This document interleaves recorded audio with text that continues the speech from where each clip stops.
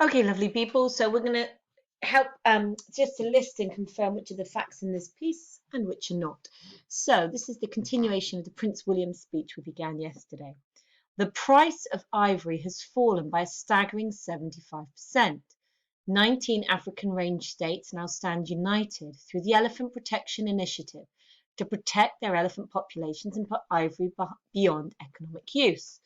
Over 100 representatives of the transport sector have signed the Buckingham Palace Declaration, committing to disrupt the flow of illegal wildlife products passing through their trucks, their ships, and their planes. More illegally trafficked wildlife products are being seized in Asia. Communities are being given greater control and benefits from their wildlife, improving their incentives to keep endangered animals safe. And committed brave people all around the world continue to put their lives on the line to protect wildlife and bring criminals to justice. Now, guys, as we look together to circle, for me, maybe, or to write down for you the facts, all I would say is that if we started with that idea of numbers, statistics, that facts can initially be spotted or identified by looking for the numbers, okay? So, what's the first number you can see? So, if you go back to that sentence beginning the price of ivory, yep, there it is, 75%. So the price of ivory has fallen by a staggering 75%. So that's saying fallen that there's been a decrease, a drop in the price of ivory by 75%. Okay, I was about to try and quickly do some maths. So if you used to pay £100 for a piece of ivory and it's fallen by 75%, you're now paying £25 for a piece of ivory. Okay, so that's a fact. Okay, can you see the next number? What's the next number you could see? Absolutely, 19. So 19 African range states now stand united through the Elephant Protection Initiative to protect their elephant populations and put ivory beyond economic use. So in other words, they've had 19 states in Africa sign up to this agreement. So that's, again, a fact. We could prove that. We could go and look online. We could do our fact checking and we could prove that. Brilliant. Okay, over 100 representatives of the transport sector have signed the Buckingham Palace Declaration, committing to disrupt the flow of illegal wildlife products passing through their trucks, their ships, and their planes. So, what's our third number? Brilliant. Over 100 representatives. Okay, now a representative is somebody who stands for or represents or has the power to speak on behalf of something. So here we've got over 100 people empowered by the transport sector who've signed a declaration saying that they will stop or help to stop the movement, the flow of illegal wildlife products passing through their trucks, their ships and planes. Okay, so in other words, we've got the price of ivory dropping.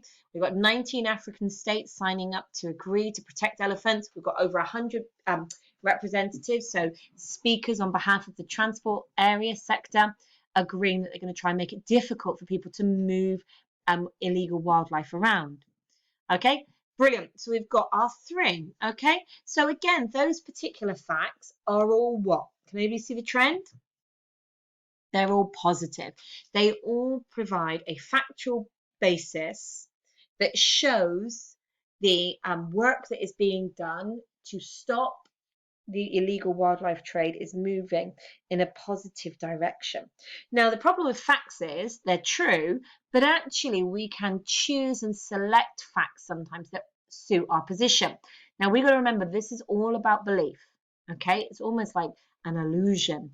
Okay, rhetoric is about creating belief in what you're selling, what you're saying, what you want others to believe. And facts can be chosen, selected to achieve that. So, for example, now I'm not trying to be a pessimist, I'm not trying to put a down on what Prince William's doing, but all of his choices here are positive.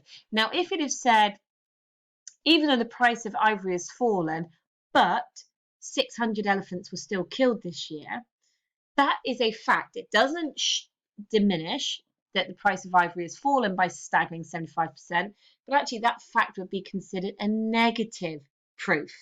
It would make us think, oh, well, what's the point of doing it then if 600 elephants are still dying or something's not working? So facts can manipulate and position us to believe different things. So just because it's a fact, yeah, we've got to sometimes be discerning, think, well, why that fact? Is there something we're not being told?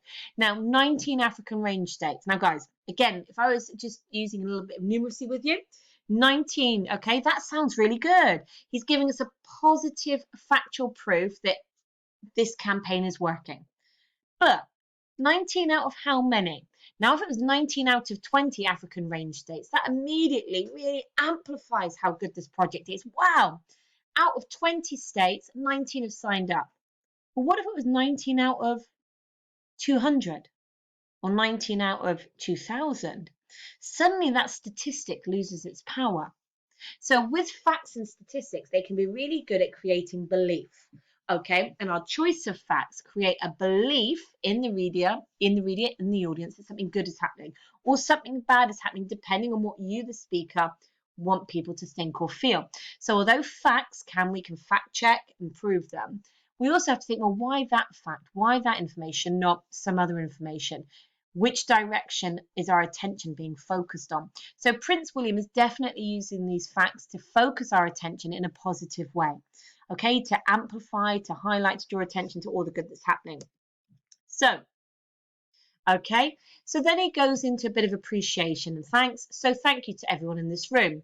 Whether you are a ranger risking your life on a daily basis to protect elephants in a national park, a campaigner trying to correct falsehoods about the healing power and value of rhino horn, a business leader ensuring that your company plays its part in frustrating the trade, or a law enforcement official working to bring trafficking gangs to justice, you are the experts and you know what works.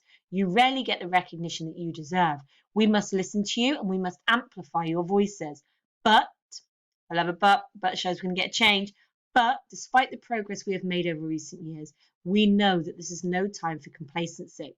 So actually, he's given us lots of positive facts. He's thanked people personally. Okay, he's appreciating people. However, now he is suggesting that there's still more that can be done.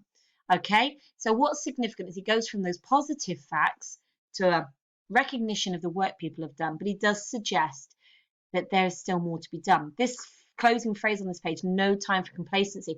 Complacency means you take your foot off the gas, you start to relax a bit, you think everything's okay. And he's saying there is no time for complacency, there is still more to be done. Okay, lovely. So what I'm going to ask you to do is you can rewind a little bit if you need to, if you didn't write any of those facts down. But I'm just going to ask you to copy and complete this paragraph, just summarising Prince William's use of facts, okay? Prince William used a number of facts such as because, but he also combines the factual details with thanks or a call to not be complacent so that he gathers momentum. He keeps us focused on wanting to make positive change. Now, guys, we're going to do a bit like we did yesterday. If you want to pause now and copy and complete these sentences using your own opinion, using your own ideas, brilliant. If you want me to help you, just stay listening, okay? So Prince William used a number of facts such as, so let's have a little look. Should we go for the 75%? Let's do it. Okay, so Prince William used a number of facts such as the cost of ivory has fallen by a staggering 75% because he is using positive proof, because he is using positive evidence to, so what's he using that to do again? He's using it to convince us that this campaign is working, because he wants to convince us that this campaign is working, because he wants to prove something. So he wants to prove that they are making positive steps. He wants to prove that there has been progress. He wants to prove that something good is happening. Okay, so Prince William has used a number of facts such as the cost of ivory has fallen by a staggering 75% because he wants to create a logical set of proofs that something good is happening, that the campaign is having a good impact. But he also combines the factual details with opinion and thanksgiving and appreciation of other people involved so that we don't lose sight of the goal, really, isn't it? It's that final bit. So we don't lose complacency so that people feel appreciated and are happy to continue working, are happy to continue recognizing that we need to do more. So it's that lovely moment of celebrating what we've done, but we need to do more. But he also combines the factual details with opinion and a recognition of what people have done so that he can celebrate what's been done, but keep us looking forward, keep us moving forward. Okay, guys, so just get that one down. Okay, now, last little bit today, we're going to look at this, syllogism. So if it's in bold in a minute, I want you to pause and write it down. Syllogism, a logical way of drawing a conclusion from two related facts or premises. Now, this is quite wordy, so be patient. We're going to break this down over the next couple of slides, okay? Syllogism derives from the Greek word syllogismos, meaning conclusion or inference. Now, inference is where we look at evidence and we work something out. Now, guys, the problem with working things out is that we are not always Sherlock Holmes. Okay, we can be presented with evidence and we can come to the right conclusion. Oh, or sometimes we can come to the wrong conclusion. Okay, so look at this one. This is an example of information that leads to the right conclusion. All birds lay eggs. Fact, we can check that, yeah? All birds lay eggs. A swan is a type of bird. Ching, yep, a swan. I've seen them, big wings, beautiful white creatures down on the water, sometimes in the Tall Point Harbour. Therefore, swans lay eggs. So we've got part A, all birds lay eggs. We've got part B, a swan is a type of bird. Okay, and then that leads us to conclude logically that swans must lay eggs. Brilliant, yeah? How can you go wrong? So guys, I just want you to pause here and write down that a syllogism is a logical way of drawing a conclusion from two related facts or premises. Now, premises means ideas, statements, okay? So just pause and write that down. And then we're going to look though at how this process can go wrong. You ready?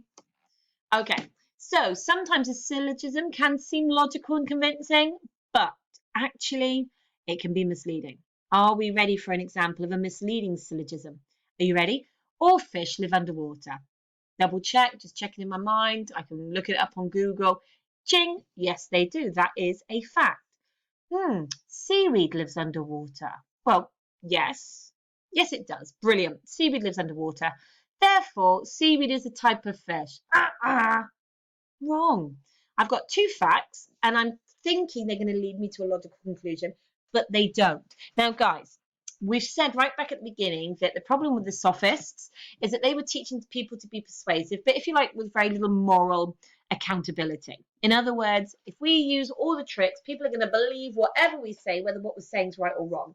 Now, syllogisms are an example of that process, that sometimes speakers can lead us to a conclusion, and we think it's perfectly logical, it's perfectly sound, and we accept it, but it's wrong. So it's one of those devices that can be used well or used badly.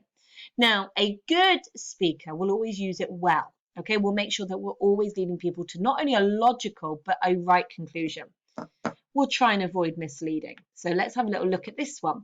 So we're going to try and just see this one, this process in practice. Okay, here's my statement. Teachers are grumpy. So I need two facts and I want to lead to a logical conclusion or not. You tell me. Mrs. Deutsch is grumpy. Okay, sometimes. Mrs. Deutsch is grumpy. That could be fact. We could prove that. I'm not perfect. Mrs. Deutsch is a teacher occasionally. Okay, so the paperwork says. Therefore, all teachers are grumpy, because if I'm grumpy and I'm a teacher, but is that a logical conclusion? If we actually stop and think about it, we can see that it's not. But sometimes this information is presented so quickly, we just trust it. Look at this one. All teenagers stay up late and won't get up in the morning. Now that could be true. There is biological evidence that teenagers, the development of the adolescent brain means that teenagers process information differently. Their brains are developing, so they tend to stay up later and sleep longer. So actually we could say, okay, that's a factual basis. All teenagers stay up late and won't get up in the morning. Look at this bit. Only lazy people lay in the mornings. Therefore, all teenagers are lazy. Okay, now is that fair? I don't know. But it's a fun way of thinking about language. So your final task today, okay, is I want you to see if you can come up with a complete experiment. So you're just going to copy and complete these statements and have a go at doing them for yourselves. Share them with me, okay? Share them as part of your notes and just have a bit of fun coming up with two facts that are going to lead to a logical or illogical conclusion. All uniforms are about control. A school uniform helps control people. Therefore, school uniforms should be abolished. Oh, do we think that's true or not? We've got to work it out. Okay, so just see what you can do. Have a bit of fun with it, and I'll see you tomorrow.